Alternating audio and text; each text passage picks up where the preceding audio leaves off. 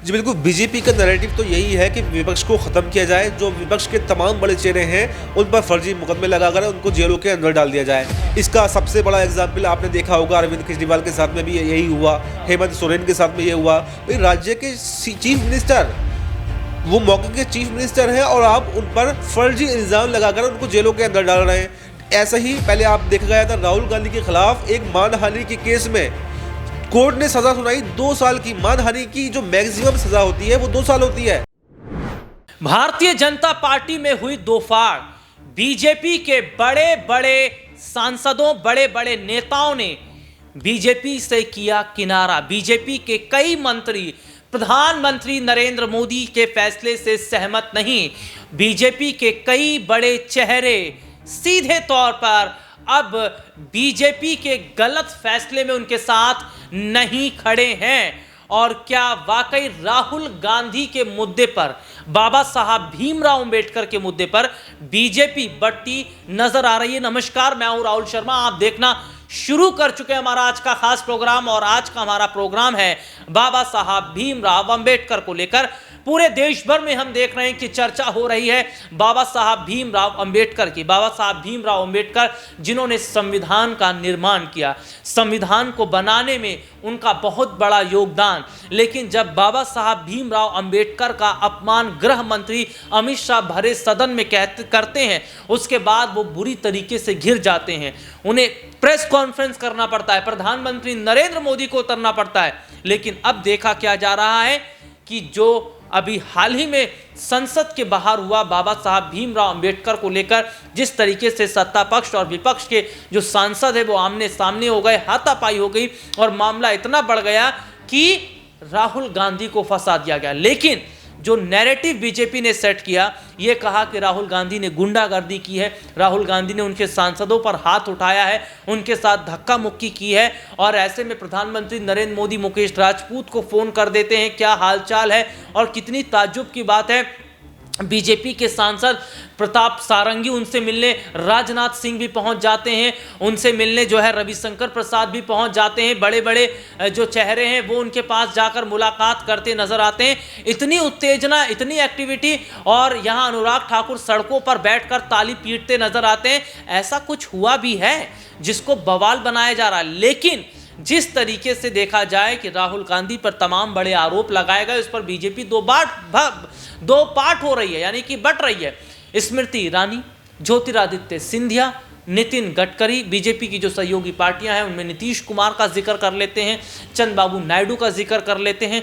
तो ये इस मुद्दे पर बात नहीं कर रहे हैं। क्या वाकई इन बड़े चेहरों को, इनको पता है कि बीजेपी जानबूझकर ये नैरेटिव सेट कर रही है? और सबसे बड़ी बात, ज्योतिरादित्य सिंधिया, नीतीश कुमार, नितिन गडकरी, जिन्होंने वन नेशन वन इलेक्शन पर भी चुप्पी साधी थी। तो क्या बीजेपी में वाकई बड़ी फूट देखने को मिल रही है? और बीजेपी में जो कालाबाजारी चल रही है, क्या इस कालाबाजारी के खिलाफ इनके अपने ही सांसद, अपने ही मंत्री हैं? और क्या इनकी इस तरीके का रुख देखकर इन पर चाबुक भी चल सकता है? इस मुद्दे पर हमारे साथ बातचीत करने के लिए हमारे खास सहयोगी अब्बास भाई इस वक्त मौजूद है। अब्बास भाई, बहुत बहुत स्वागत है इस प्रोग्राम में आपका। और मेरा पहला सवाल आपसे रहेगा, वन नेशन वन इलेक्शन, एक देश एक चुनाव, इस पर हम देखते हैं कि जेपीसी का जो गठन होता है, पीपी चौधरी इसकी अध्यक्षता करेंगे। 21 जो लोकसभा के जो सदस्य हैं उनको चयनित किया गया है और 10 राज्यसभा की तरफ से हैं। लेकिन 21 में एक नाम नितिन गडकरी का नहीं है, ज्योतिरादित्य सिंधिया का नाम नहीं है। और दूसरी तरफ हम ये भी देखते हैं कि जो घटना अभी हाल ही में हुई है, इस पर बीजेपी के कई बड़े केंद्रीय मंत्री चुप है। क्या वो ये बात जानते हैं कि विपक्ष को जानबूझकर दबाने की कोशिश, जानबूझकर झूठे आरोप लगाने की कोशिश, या जानबूझकर उनके खिलाफ नैरेटिव सेट किया जा रहा है, और ये बीजेपी में एक बहुत बड़ी बगावत भी देखी जा रही है? जी बिल्कुल, बीजेपी के जो इस वक्त काफ़ी सांसद हैं वो बीजेपी से नाराज़ चल रहे हैं, क्योंकि अभी जो है हाल ही में जो वन नेशन वन इलेक्शन जो है संसद में आया था, लोकसभा में पेश किया गया था, इस पर बीजेपी आपस में बढ़ गई है। जो आपने, जैसे कि हमने पहले भी इसके बारे में जिक्र किया है कि 20 बीजेपी के सांसद जो हैं वो one nation one election bill के खिलाफ हैं और उन्होंने लोकसभा में उपस्थित होने से भी मना कर दिया था। इस पर बीजेपी ने उनसे अब जवाब भी मांगा है, और जिसमें 3 बड़े सांसद सांसद बड़े चेहरों का नाम भी शामिल है, जिसमें नितिन गडकरी का नाम है, ज्योतिरादित्य सिंधिया का नाम है और गिरिराज सिंह का भी नाम है। इसके अलावा नीतीश कुमार के जो सांसद हैं उनकी तरफ से अभी कोई प्रतिक्रिया इस पर स्पष्ट नहीं की गई है कि वो इसके साथ में है या इसके खिलाफ में है। लेकिन अब बात आती है कि कल वाली जो बात है, कल संसद में जो हंगामा किया गया है ये इनके भी खिलाफ है कि नहीं है। जैसे कि आपको पता है स्मृति ईरानी हो गई या फिर गिरिराज सिंह होगा, ये एक बहुत ही मुखर नेता है। मुखर मतलब ये है एक तरीके से आक्रामक तरीके से विपक्ष को घेरते हैं। पहले भी स्मृति ईरानी हर मुद्दे पर राहुल गांधी को घेरती रही हैं। राहुल गांधी से पिछली बार वहाँ पे चुनाव भी लड़ा था अमेठी में, उन्होंने हरा दिया था। उसके बाद से उन्होंने अपने वारों को और भी ज़्यादा तेज कर दिया था। उनको ये लगता था कि राहुल गांधी को बस दोषी ठहराओ और सुर्खियों में बने रहो। लेकिन अब ये देखने को मिल रहा है कि राहुल गांधी के मुद्दों पर भी स्मृति ईरानी कहीं ना कहीं चुप दिखाई दे रही हैं और पार्टी की गतिविधियों से भी दूर हैं।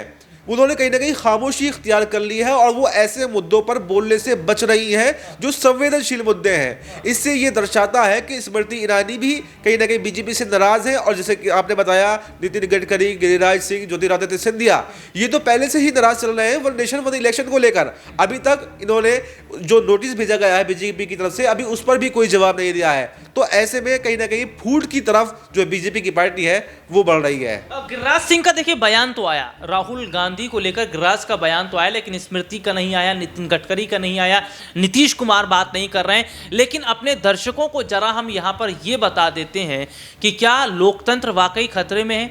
क्या लोकतंत्र आने वाले देश में, हमारे देश में नहीं रहेगा? क्या हमारे देश में एक ही जो व्यक्ति है जो शासक रहेगा? और क्या ऑपोजिशन को खत्म कर दिया जाएगा?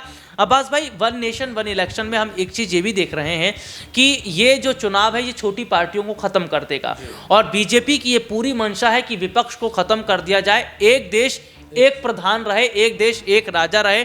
और इसीलिए हम देख रहे हैं राहुल गांधी जैसे जो बड़े नेता हैं, राहुल गांधी जैसे बड़े दिग्गज, इनके खिलाफ जिस तरीके के आरोप लगाए गए और कहीं ना कहीं विपक्ष में एक बड़ा चेहरा भी यही है, इनको जिस तरीके से घसीटा जा रहा है, क्या बीजेपी ने नैरेटिव सेट कर लिया है कि जितने विपक्ष के बड़े चेहरे हैं, चाहे वो अखिलेश यादव हो, चाहे वो राहुल गांधी हो, चाहे और ममता बनर्जी हो, कहीं ना कहीं इस तरीके की झूठी कहानी मनगढ़ंत जैसे अभी राहुल गांधी के लिए रची गई है, इस तरीके से रच के पूरी तरीके से इन्हें जेल में डाल दिया जाए और विपक्ष को खत्म कर दिया जाए?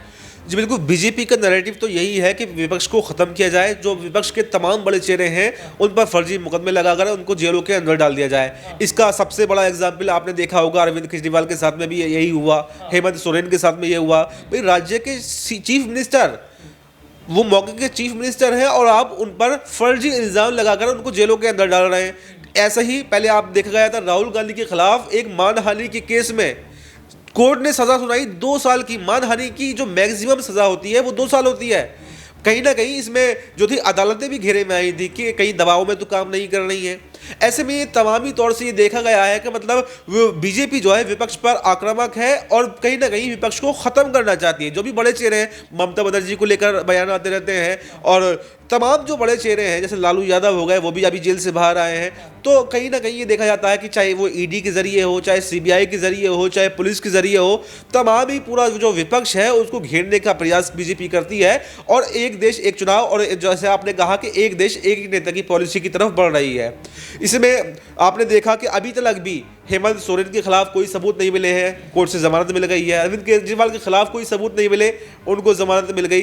और मुझे लगता है जी राहुल गांधी के खिलाफ भी उसमें केस में कोई सबूत नहीं मिलेंगे। ये सिर्फ डराने और धमकाने की बात है कि आप हम डराने धमकाने से विपक्ष को खामोश करना चाहते हैं। जो मुद्दे हैं, जो मेन मुद्दे हैं, क्या मुद्दे? भाई मैं और आप तो संसद में जाके मुद्दे उठा नहीं सकते, हमारे और आपके मुद्दे अपोजिशन पार्टी वाले उठाएंगे, सत्ता पक्ष के लोग तो उठाएंगे नहीं। तो जो अपोजिशन पार्टी वाले मुद्दे उठा रहे हैं उनको इतना कमजोर कर दो, इतना लाचार कर दो, इतने मुकदमे लगा दो कि वो कुछ बात ही नहीं कर पाए। तो फिर जो है इसमें अपने कामयाब हो जाएंगे, सत्ता पक्ष अपनी बात को रखने में कामयाब हो जाएगा। तो इसी तरीके से ये जो है विपक्ष का अपमान नहीं है, बल्कि ये देश की जनता का अपमान है। जो विपक्ष पर ये हंगामे किए जा रहे हैं, विपक्ष को आवाज़ को दबाया जा रहा है, विपक्ष की आवाज़ को नहीं दबाया जा रहा है, बल्कि ये जनता की आवाज़ को दबाया जा रहा है और ये लोकतंत्र के लिए बहुत बड़ी खतरे की घंटी है। जी बहुत बहुत शुक्रिया अब्बास भाई आपका। अब ये देखना होगा कि राहुल गांधी पर जो अभी हाल ही में आरोप लगाए वो सिद्ध हो पाते हैं या नहीं, और बीजेपी क्या बेनकाब हो पाएगी। आज के लिए इतना ही, आपसे फिर दोबारा मुलाकात होगी, तब तक के लिए इजाज़त दीजिए, नमस्कार।